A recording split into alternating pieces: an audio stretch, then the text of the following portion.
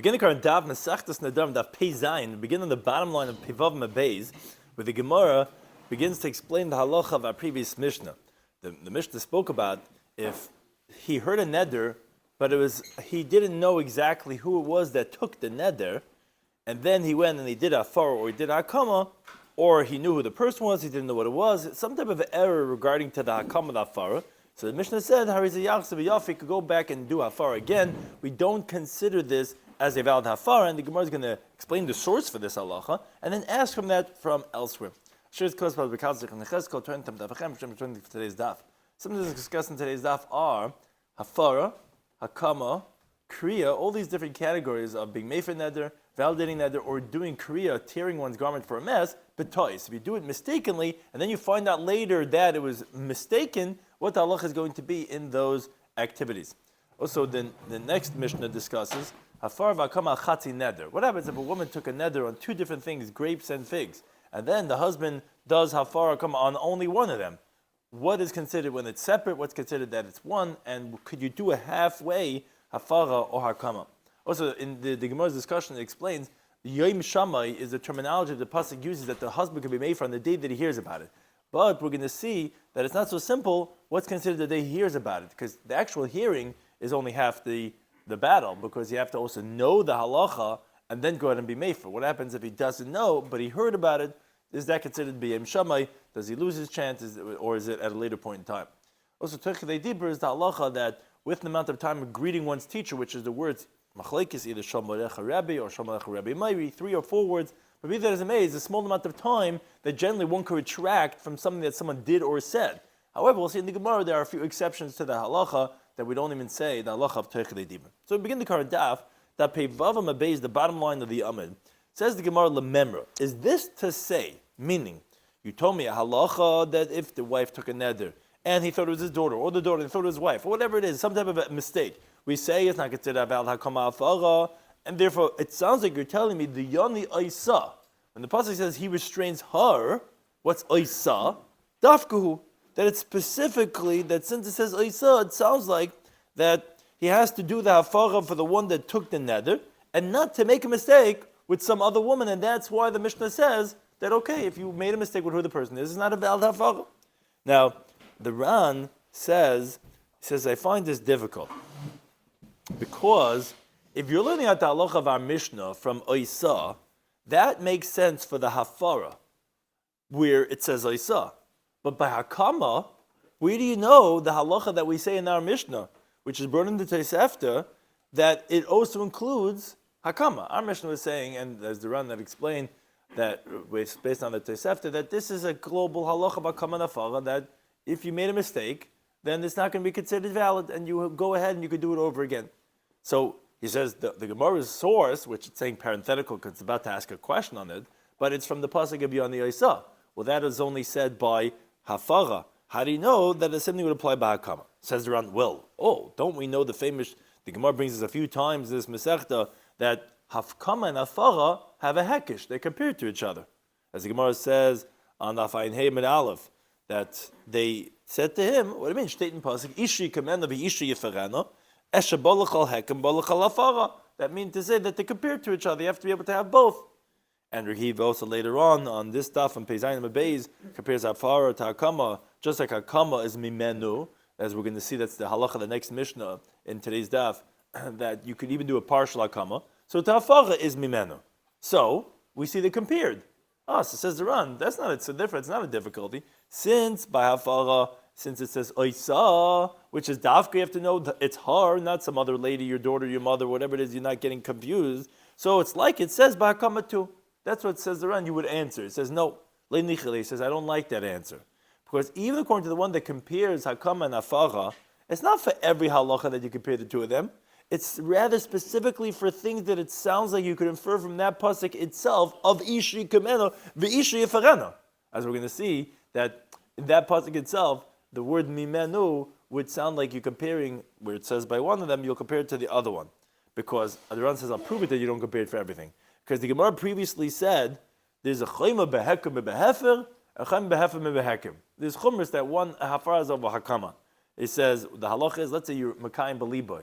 Let's say in your heart you said, I want my wife to have this neder. So it's Kayim. But if Hofa Belibo, that's in your heart, you says, no, I don't want her to have this neder, it's not Mufer. Now, if you're saying they compared for every halacha, then why would that be? Obviously, he says, even according to the one that says that we compare Ishi Kamen Ishi Ferena, it's not comparing it for every halacha, but only which is explicit what you could infer from that pasuk itself. It's not really Hakish, it says, it's just a smichas ba'alma that you have the words near each other in that pasuk. So it says there, and therefore, if that's the case, I'm back to the question.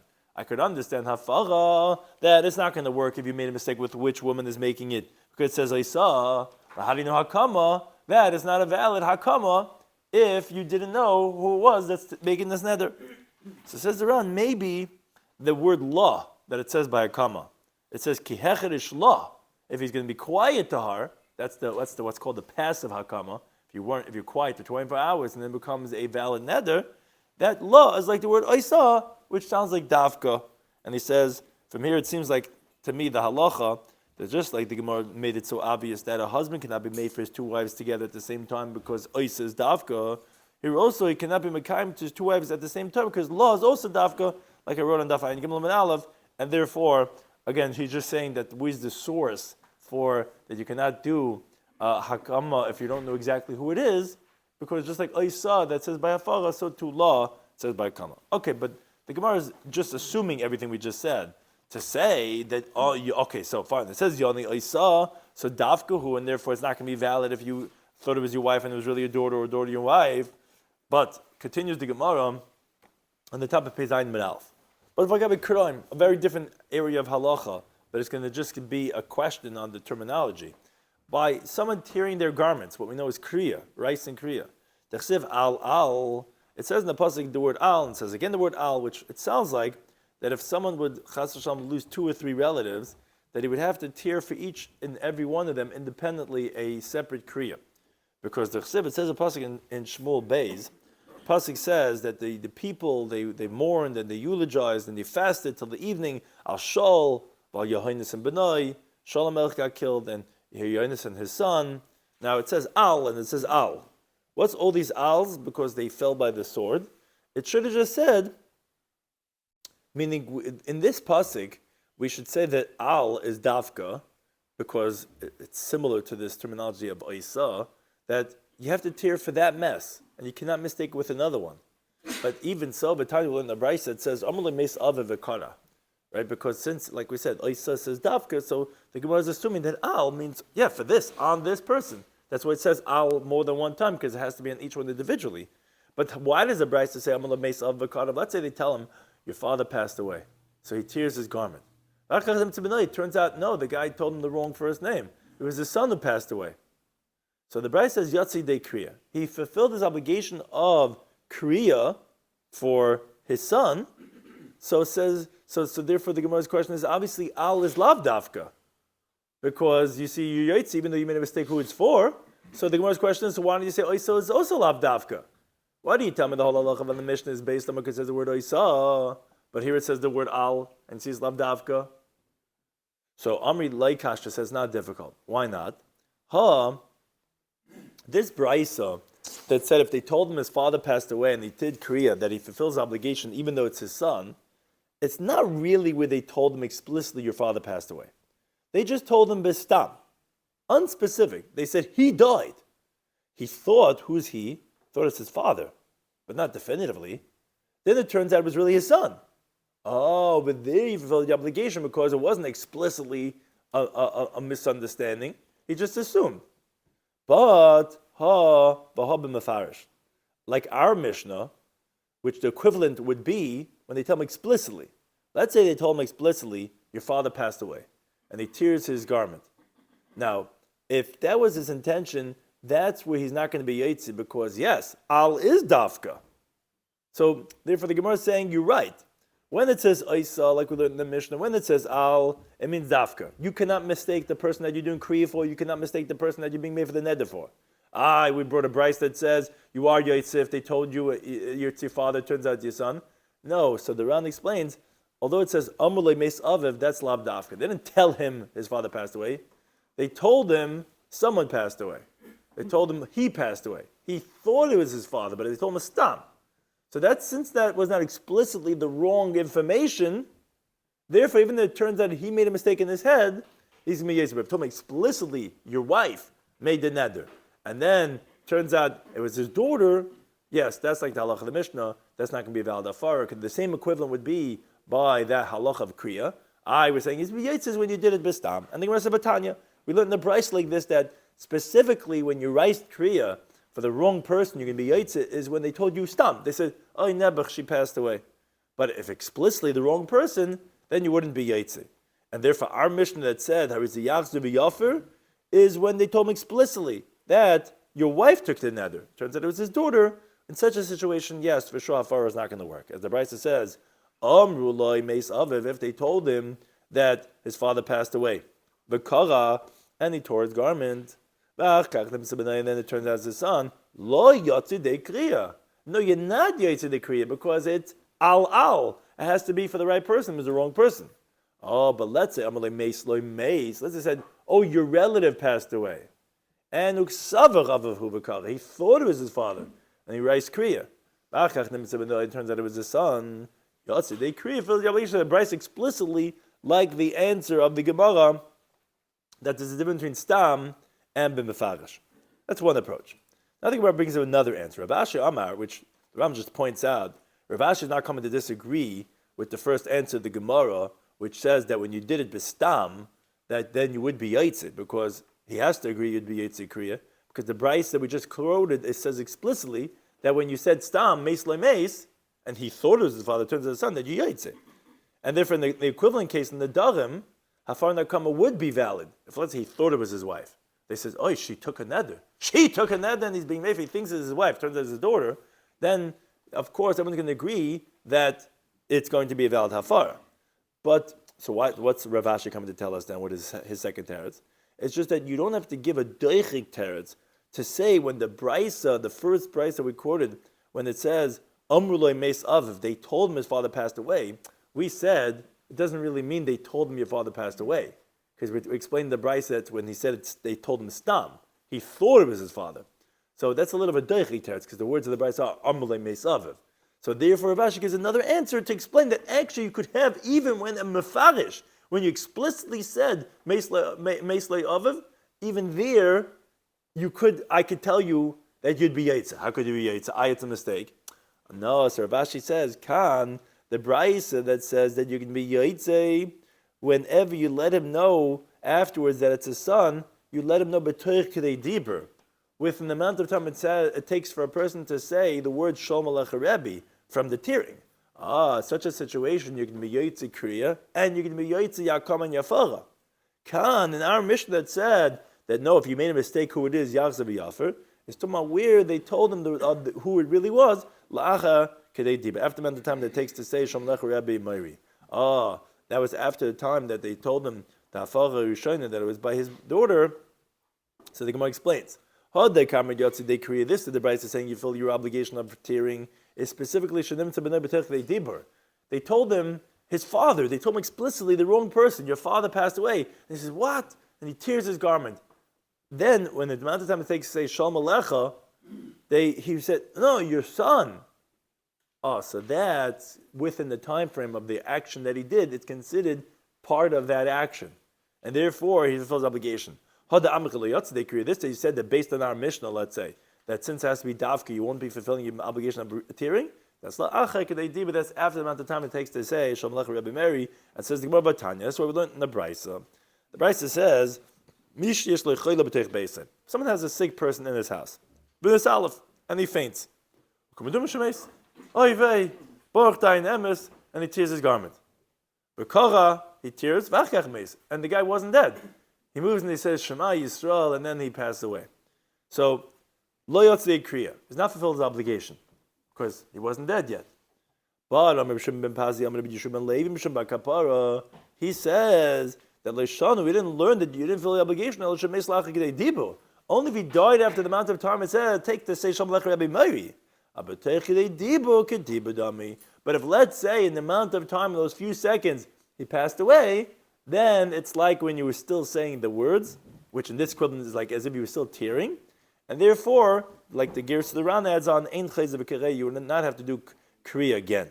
Because even though at the time that you did Kriya, he wasn't dead yet, and it's like you didn't do kriya at all, but since he died with and techadei dibur, it's like you're tearing it right now. And therefore, so too if you tore in error, where he thought another relative was the one who died, or he did a kama afar bataras, but since it's with and techadei dibur, therefore it's going to be effective. That's how Rav Ashi resolves, even if you were explicit, not even bistam. Now, says the Gemara, Hilchos Halacha is that Torchei Dibur is kedibur dami. That if you do something with an amount of time, it's going to be like as if you're still doing that action. Chutz, but there are 3 exceptions to this rule. You have chutz megadif.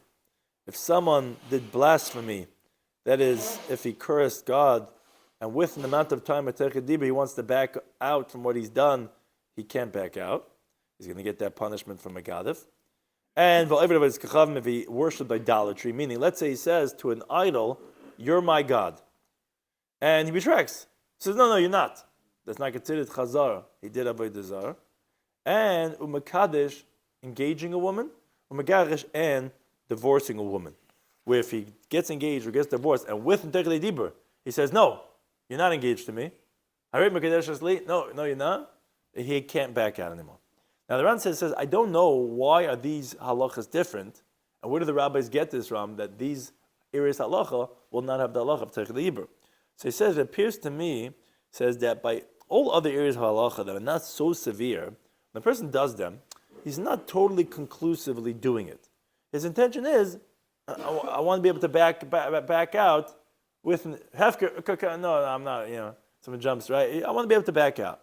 But it says these things that we're quoting in the Gemara, megadif, avodah zarah, getting married, are very heavy, severe stuff.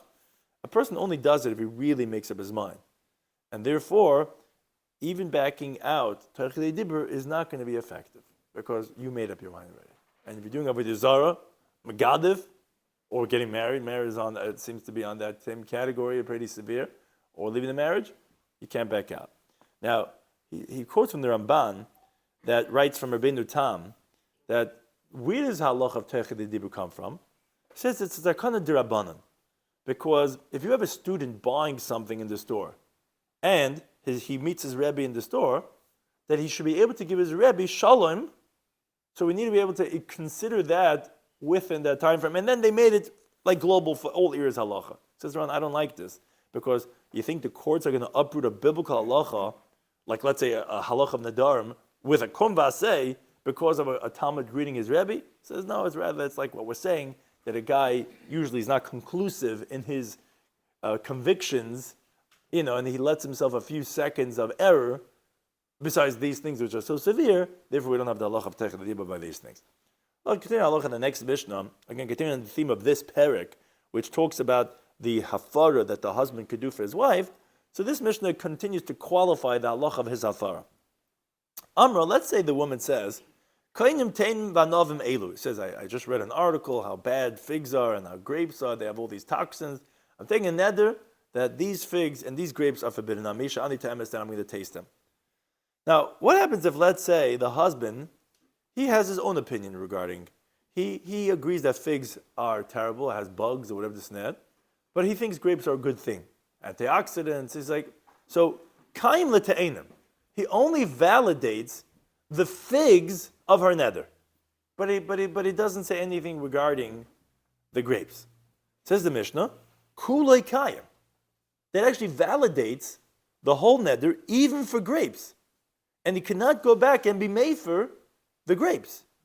The reason for this is, as we'll see in the Gemara, he holds a neder that you validated part of it, all of it is validated, because we learned that from the word isha yukimena. And that's what the Ran says, only in this we're going to possibly compare hafara to.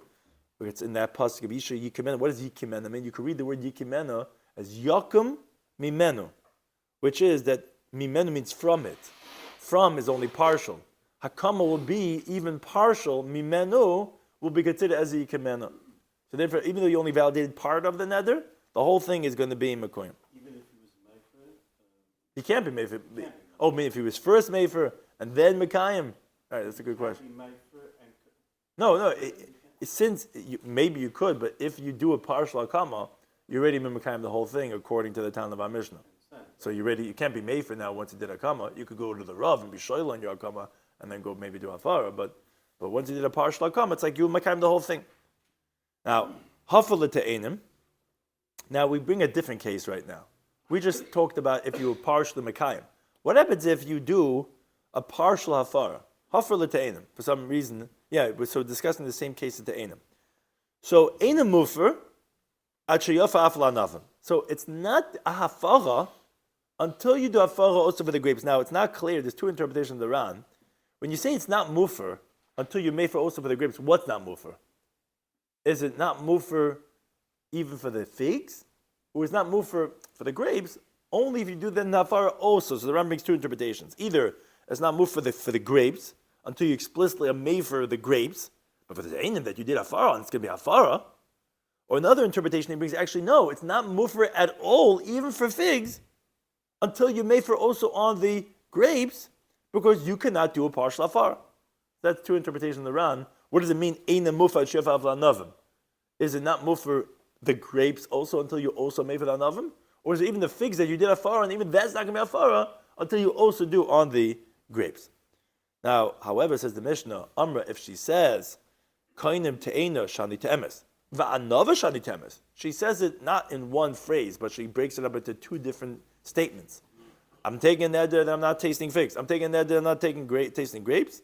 So that makes it into two separate nadarim. Now, the Ran explains, that's not to say that he has to do hafara for each and every one individually. Because even two separate nadarim, the husband could do one hafar for it. As the Brisa teaches, if she had 5 nadarim, he could do one hafar for them all. So what does the Mishnah mean to tell us? Rather, that if he was mefer or makam to one of them, he could do a hakama or hafar to the second one. You could do it in one shot. But that it does not bound together. You could decide to do hakama one and hafar on the other one. But it's also singular. That means this, only this particular uno. No, another. Because it's different. It doesn't say no. It says I'm not both. It's a little different than before. So is it because she wanted only this? I hear. Why does it say it in the singular? Anava shani te'emes. That would mean this. Right. I mean, if maybe that's the difference. Yeah. Well, it depends. I guess it depends how you translate. What does the word anava mean when it's in the singular?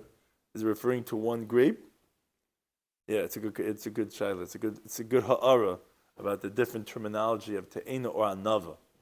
Right. Yeah, whatever it would mean, al kapanim, it's just not bound with the other one of the te'ena. Says the Gemara, Mani Masnin, who's the Tana of the Mishnah? So the Gemara says Rabbi Shmuel. Why? Where do we see that it's Rabbi Shmuel? The Tana in the Brisa, the pasuk says by Midbar, Ishi kamena v'ishi yifarena. Her husband can be mekayim, her husband can be meifrid. Now, says the Brisa, what is the pasuk teaching us? If the woman says, take a neder, that these figs or these grapes, that I'm not going to taste them. So if he's mekayim the figs, this is the halacha of the Mishnah we said, even though he only did a partial hakama, it's all kaim. As he continued with Beis. Now, hafala te'enim, if he did hafara to the figs, he did only a partial hafara, same words as our Mishnah, it's not going to be nullified until he also does hafar also for the grapes. So again, here the Ran also says those two interpretations. Either it's not going to be mefer the whole neder until you, we're not going to have like hakama, that a partial hakama makes a total hakama. But hafar, no, if you do a partial hafar, it's not going to be a total hafar, but you will have hafar on what you did hafar on. Or no, he says it's not mufer at all, even for figs, until you do hafara on the whole thing. So again, those are two different interpretations in the Ram. But on Kabbalah, you definitely see the Tana of our Mishnah is Rabbi Shmuel, who he says the exact words of our Mishnah. But Rabbi Kiva, he disagrees. He says no. The pasuk says Ishi kamena v'ishi yifareno. His wife, he can become his wife. He can be mefer. So it's making like a hekesh. Ma yikimenu mimenu, just like by hakama with the word yikimenu, it means yakum mimenu. Sounds like even if you do only partial hakama, the whole thing is a hakama, because yikimenu sounds like that this is going to be mekayim it. So it has two inferences. One, that mimenu, and also yikimenu, it, as in the singular, as if you mekayim the whole thing. So then, yifrenu mimenu. So yifrenu, although that word obviously cannot be broken up into two words like yimenu to say that partial is like the whole thing, but it is comparing the pasuk from hakama to hafara. So therefore, they also will say that a partial hafara will be a total hafara. So Rabbi Kiva is obviously not the time of our Mishnah, because our Mishnah was differentiating. And saying about hafara, a partial will not be whole. Kiva holds a partial hafara will be whole. Now, says the Rabbi Shmuel, he would tell you, no. Miksiv yafer mimenu, does it say you mefer from it? The yiferdenu can't be broken up into that type of word. So partial hafara will not be whole hafara. But Rabbi Kiva says no, makish hafara lakama. The pasuk is comparing nullification to validation. Mahakam, just like validation, it's even enough partially. It's enough partially to be for the whole thing. Now, that's just this brisa. But however, there is another brisa that says, he says, what we quoted was all divrei Rabbi Shmuel Rabbi Kiva. Aval bat chachamim, they actually say the opposite. Makish, they compare hakama la'afara, which is not hafara hakama, but hakama to hafara. Meaning mahafar will start, that'll be the starting base. Just like hafara, masha hafar, only what you do the hafara on will be hafara. Hafakama, also by hakama, masha kaim, what you did hakama to is going to be hakama to. Now, the Ran says, that's the girsa that we have in our Gemara, that just like hafar, what hafar is on is going to be mufri. So it's based on that, then this that we learned in the Mishnah, because we had two different versions, says the Ran. This that we say in the Mishnah, hafar le'te'enim, it's not mufr. It must mean, what's not mufr? The whole neder, meaning the grapes too. What you did hafara on is going to be hafara. Why? Because if the Tan of a Mishnah, which Rabbi Shmuel, would hold that if you did a partial hafara, it's not hafara at all, so what are the Rabbanan talking to the disputants, including Rabbi Shmuel, to tell, they say, wait a second, just like we know hafara, what you did hafara on, so too hakam is only going to be hakam on, not like you, Tanoim, that you hold that it's going to be on the whole thing. Wait a second. The words of Ma, like just like we find over here, so we find over here, it sounds like everyone agrees by hafara. And the Rabban only have to tell us that, I'm going to say that we'll compare hakama to hafara. But that sounds like by hafara, no one disagrees. But what do you mean the Talmud Mishnah disagrees and holds not mufra at all, even though we did hafara on? So says the Ran, obviously according to this girsa, it sounds like that everyone would agree that no, what you did hafara on, let's say the figs would be mufra. When we said in the Mishnah, it's ain't a mufachi of avla navim, it just means the grapes also will not be hafar, in contrast to akama, until you do also hafar on the grapes. Again, that girsa of Argama would prove that interpretation. But he says from the Tosefta, it doesn't sound like this, because the Tosefta brings a brisa that if someone took a neder from figs and grapes, and he did hafar to the figs and not hafar to the grapes, and then it gets dark, she's forbidden to both figs and grapes. Obviously, the brisa holds it's not mufar at all, even on what you did the partial hafara on. She says, based on the brisa, so you would have to say a different girsa that some svarim have. That their girsa is, but the chacham, they say, ma hafara masha hafar loy hufar. A different girsa. That, not masha hafar, masha hafar loy hufar. Because a partial hafar is not valid, afakama, and this is obviously a very different implication, masha kaim loy kaim. According to the chachamim, not only if you do a partial kiyim, the whole thing's not mukuyim, but even according to that, the first girsa, okay, but it would only be what you did akama on. According to this second girsa, the Ran, even what you did akama on, when not even akama, you didn't do anything. Because you're comparing hakama to hafara, and hafara, according to this girsa, you didn't do anything when you do partially, even for the figs, and therefore hakama is going to be the same way too. And he says that's the girsa of the Ramban Zal in his halachas. Now, the singular teina and nava could be that which is saying is like another is the netzach. Yeah, I know, but it's funny because when you look at the Bryce explicitly said that if he says on the bottom line of Amar Aleph, elu shani to emes, that that's like the words of our Mishnah, where those are elu, those are the ones in front also. So teina, actually, that case is not even elu or zu. It doesn't say teina zu. So it actually sounds like that teina and another is. Yeah, it could be. It's just not really the theme of our Mishnah. Yeah, you could probably have differences, but from our Mishnah, we just wanted to know about partial versus the whole thing. That doesn't seem to be a relevancy. Then the Mishnah said, Amra, let's say she says, Kainim te'ena. If let's say she says, I'm taking a neder that I'm not tasting figs, I'm not tasting grapes, and she said it in different terminology, she repeated her words, she'ani te'emes, so then we say in the Mishnah, okay, that's going to be considered as two nedarim. So the hakama or fara one is not going to affect the other. And that says the Gemara, Amar Rabba says, Masin Reb Shimon. Our Mishnah is Reb Shimon. What is that? Because the Amar, he says, in Perek Shuras HaBakad, Mesech Shvuras, on Daf Lamivav Mebeis, the Mishnah there says, let's say there were 5 people claiming from one defendant. And he says, I swear that you don't have anything by me, and not you, and not you, and not you. So the Tanna Kama says, Michav on every single one of those Shvuras HaBakadans. Shimon says, no. He says that until you say the word shvua on every single one of them. You have to make a separate wording of shvua to consider it as a separate shvua. If not for that, it's considered all as one shvua, even though it's to 5 people, you can have only one isser of shvuas hapakad for swearing falsely. So that's what the Gemara is saying here also.